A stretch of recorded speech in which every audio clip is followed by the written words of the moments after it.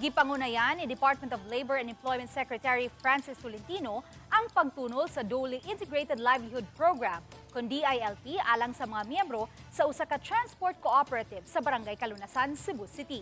Si Femari Dumabok sa report. Kining mga kagamitan o ekipo alang sa car wash, pagpamaligya sa auto parts o repair shop, ang gikumpleto sa Dole sa pagpalit nga mobalor sa 1.8 milyones pesos. Alang na kini sa 54 ka mga miyembro sa Calunasan Transport Cooperative Kunkod Transco. Formal nga gitunol kining mga kagamitan ni Dole Secretary Francis Tolentino. Kining mga panginabuhian ang gihangyo sa mga transport cooperative sa Dole 7 Abril ning tuiga. Mato di Tolentino usa kini sa ilang mga programa isip tabang sa mga driver operator nga grabing apektado sa pagsaka sa mga presyo sa petrolyo ug uban pang palaliton nga epekto sa Middle East crisis.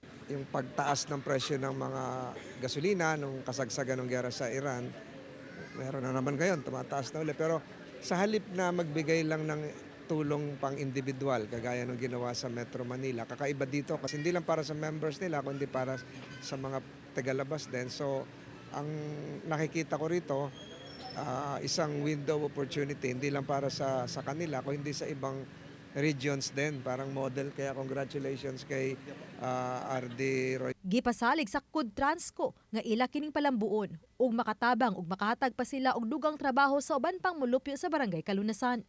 On behalf of the entire cooperative, I solemnly commit that we will operate the business professionally and sustainably, ensuring excellent customer service, quality workmanship, and continuous growth. Gidayeg ni Tolentino ang kaabtik sa Dole 7 ug buot niya kini nga mapatuman usab sa ubang rehiyon.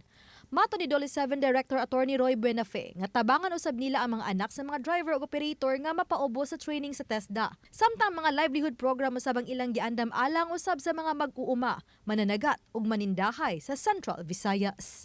Kining Kutrasco, nakita na to ang ilang kaseryoso.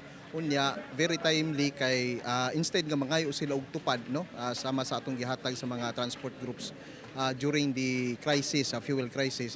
Lahi ang ilang gipangayo no, kining ilang gipangayo nga project para sa ilang membro o sa kadaghanan pang mga driver diri sa Calunasan, mga membro o ang ilang pamilya, ilang mga anak atong i-profile later on nganuman gusto nato nga i-train sila for TESDA.